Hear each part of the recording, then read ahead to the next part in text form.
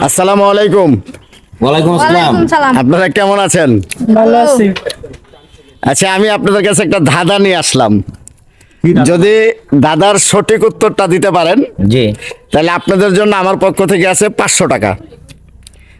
টাকা দেয় নাকি? অবশ্যই আছে, টাকা অবশ্যই দিব। এখন আপনারা কি জবাব দিতে প্রস্তুত? অবশ্যই।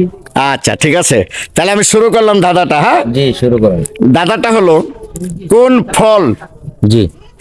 কাঁচা থাকতে সবজি, পাকলে ফল? কথাটা কি বুঝতে পারছেন? কিছুই বুঝলাম না। বুঝেন নাই? আবার বুঝাইয়া বলতেছি, কোন ফল কাঁচা থাকলে সবজি, পাইকা গেলে ফল?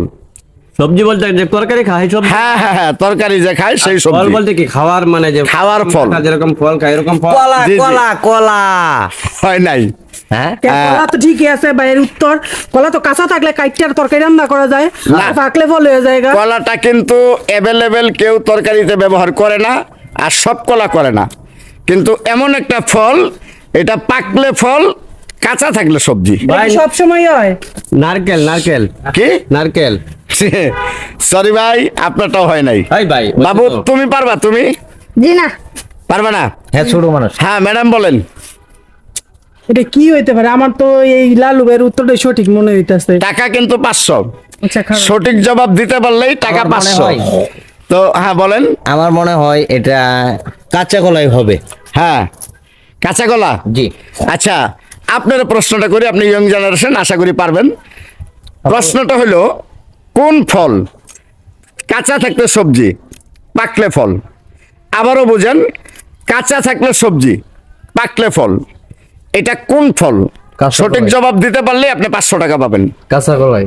কাঁচা কলা?